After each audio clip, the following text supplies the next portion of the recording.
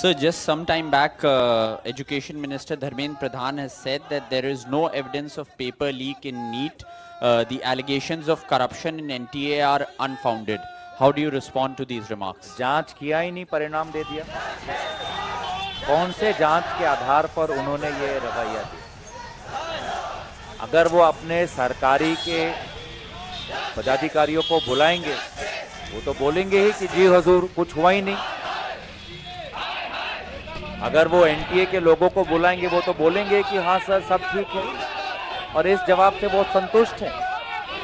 क्या उनको वो वॉइस रिकॉर्डिंग नहीं मिला जिसमें एक कोचिंग सेंटर के एग्जाम सेंटर के लोग मालिक ने कहा कि 30 लाख लो, 30 लाख दो और पेपर ले लो?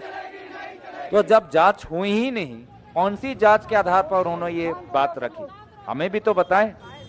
उन 24 लाख बच्चों को और उनके माताओं और पिताओं को जानने का ये अधिकार है कि किस आधार पर शिक्षा मंत्री इस नतीजे पर पहुंचे। वही रवैया हम सरकार से देख रहे हैं जो पिछले 10 साल से दिखी। कोई विफलता हुई, कोई चूक हुई, कोई लापरवाही हुई, कोई स्कैम हुआ तो ऐसा व्यवहार करो कि कुछ हुआ ही नहीं। विपक्ष झूठे आरोप लगा रहा है, देश झूठे आरोप लगा रहा है, और प्रधानमंत्री चुप बैठे रहते हैं। प्रधानमंत्री विदेश चले जाते हैं, मणिपुर में चुप, जम्मू में चुप। यही तो रवैया है सरकार का पिछले 10 साल से। तो अभी भी जो जनादेश से जो सीख सबक इनको समझना चाहिए था, वो सबक वो नहीं ले पा रहे कि ये जनता उनका घमंड तोड़कर उनको और जिम्मेवार ठहराना चाहती है, पर इनके घमंड में कोई बदलाव आया नहीं।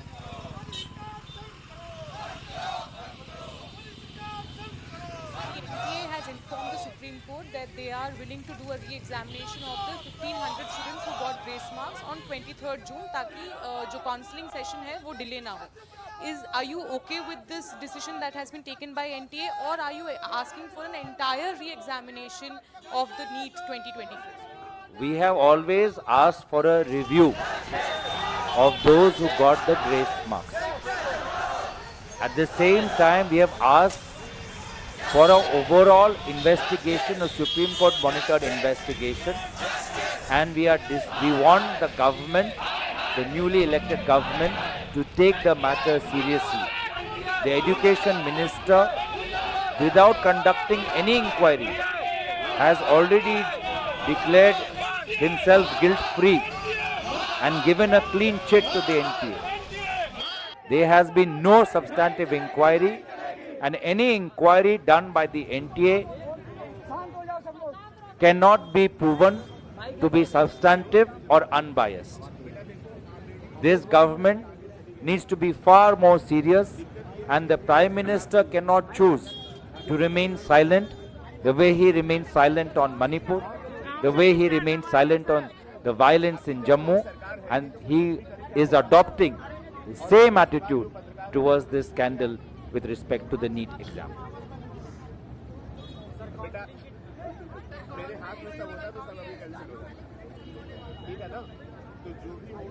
Sir, your Tamil Nadu state unit had passed a resolution in which they said that NEET exam should be brought under the state's ambit. Do you agree to that also? The Tamil Nadu state unit have seen that ever after NEET has been initiated, many students from poorer backgrounds in Tamil Nadu have not been able to score as well as they used to. And they have done a comprehensive inquiry and they've got these points. But when we do a comprehensive overhaul, we have to take into account what is the experience in other parts of India also. And right now we're talking about this particular exam, and where we have clearly seen that 67 students have got 720 out of 720. Some students have got 718, 719, which is not possible under the framework. There is lakhs of money that ordinary parents have had to pay.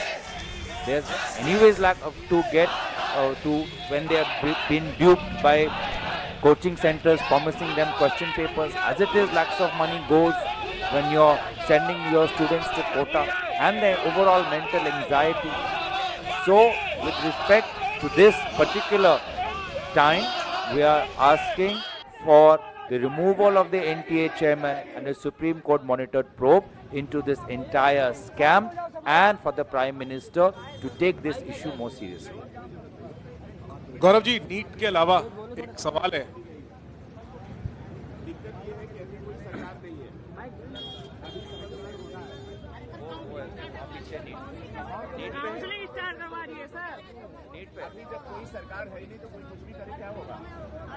Gaurav ji, NEET पर ही जिस तरह से बार बार शिक्षा मंत्री कह रहे हैं कि कोई इसमें पेपर लीक नहीं हुआ, गड़बड़ी नहीं हुई है, क्या लगता है फिर भी छात्रों में इतना गुस्सा है?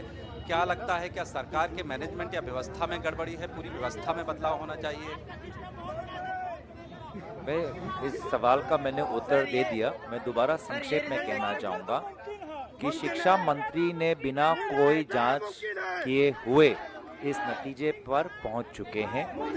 ये भाजपा सरकार का वही पुराना 10 साल का रवैया है कि कोई घुसा नहीं, कुछ हुआ नहीं, कोई लापरवाही हुई नहीं, कोई जांच की जरूरी नहीं। यही वो घमंड जिसका उल्लेख मोहन भागवत जी ने किया, वही व्यवहार, वही स्वरूप हमें आज भी भाजपा और शिक्षा मंत्री में दिखाई दे रहा है। जनता जो सबक भाजपा को सिखाना चाहते थे, वो सबक अभी तक भाजपा नहीं सीखी, और मुझे भी भाजपा से यही उम्मीद थी कि उनका घमंड बदलेगा नहीं, उनका स्वभाव बदलेगा नहीं, लेकिन देश को चिंता करने की ज़रूरत नहीं। इंडिया अलायंस में अब वो ताकत है कि इस सरकार को घुटने के बल लेके आकर बच्चों के प्रति जो उनकी जिम्मेवारी होनी चाहिए, सदन और सदन के बाहर उनको अपनी जिम्मेवारी निभानी पड़ेगी।